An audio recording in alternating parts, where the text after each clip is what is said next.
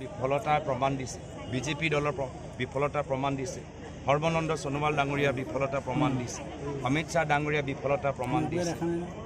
তেওঁতো এক প্ৰকাৰে কৈ দিছে যে যোৱা 10টা বছৰ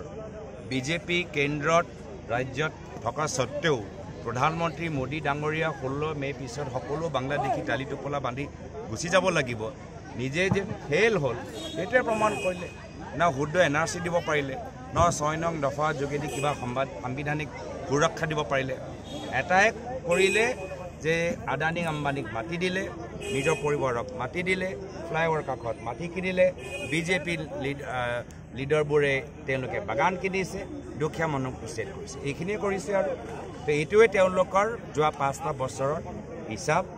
যে আদানী ধনী হ'ল আম্বানী ধনী হ'ল পতঞ্জলি ধনী হ'ল হিমন্ত বিশ্ব শৰ্মা ডাঙৰীয়া কৰপতি বিফলতাৰ প্ৰমাণ দিছে বিজেপি দলৰ বিফলতাৰ প্ৰমাণ দিছে সৰ্বানন্দ সোণোৱাল ডাঙৰীয়া বিফলতাৰ প্ৰমাণ দিছে অমিত শাহ ডাঙৰীয়া বিফলতাৰ প্ৰমাণ দিছে তেওঁতো এক প্ৰকাৰে কৈ দিছে যে যোৱা 10টা বছৰ বিজেপি কেন্দ্ৰত ৰাজ্যত থকা সত্ত্বেও প্ৰধানমন্ত্ৰী মোদী ডাঙৰীয়া 16 মে পিছত সকলো বাংলাদেশী টালি টোপলা বান্ধি গুচি যাব লাগিব নিজে যে ফেল হ'ল এইটোৱে প্ৰমাণ কৰিলে না শুদ্ধ এনআৰচি দিব পাৰিলে ন 6 নং দফা যোগেদি কিবা সাংবিধানিক সুৰক্ষা দিব পাৰিলে এটাই কৰিলে যে আদানী আম্বানীক মাটি দিলে নিজৰ পৰিবাৰক মাটি দিলে ফ্লাইঅভাৰ কাষত মাটি কিনিলে বিজেপি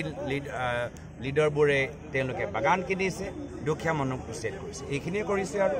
তো এইটোৱে তেওঁলোকৰ যোৱা 5টা বছৰৰ হিচাপ